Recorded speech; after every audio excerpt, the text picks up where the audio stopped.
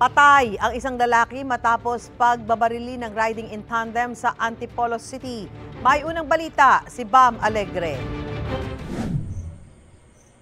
Sa kuha ng CCTV ng Barangay San Jose, Antipolo City, pasado alas 9 ng umaga nitong Martes, makikita ang mabilis na patakbo ng motorcycle riding in tandem na ito. Pagtakas pala ito ng dalawang suspect matapos umunong pagbabarilin ang isang lalaki.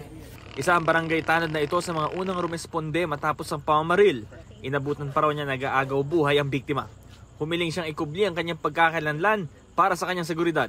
Kinakalakalabit siya rito sa pisngi para wag siya matulog, na sabi namin wag matulog pero talaga wala na siyang response. Wala raw residente nakakita sa mismong pamamaril. Ayon naman sa isang opisyal ng barangay, kalahating oras nasa lugar ang biktima bago naganap ang krimen. Nakababa pa raw ang side stand ng motorsiklo ng biktima at tila may kausap sa cellphone bago ang pananambang. Hindi raw pamilyar sa kanila ang biktima. Pagka galing ko sa bahay, sinundo ako ng tanod natin. Yun nga sabi, may barilan daw dito. Ngayon, nung pagpunta ko, nakahandusay na nga yung binaril. Pagkatapos, ang ginawa ko na lang, pinaalis ko yung mga nakikiusyoso. Blanco pa ang Antipolo City Police sa motibo ng pamamaslang at pagkakailanlan ng riding in tandem.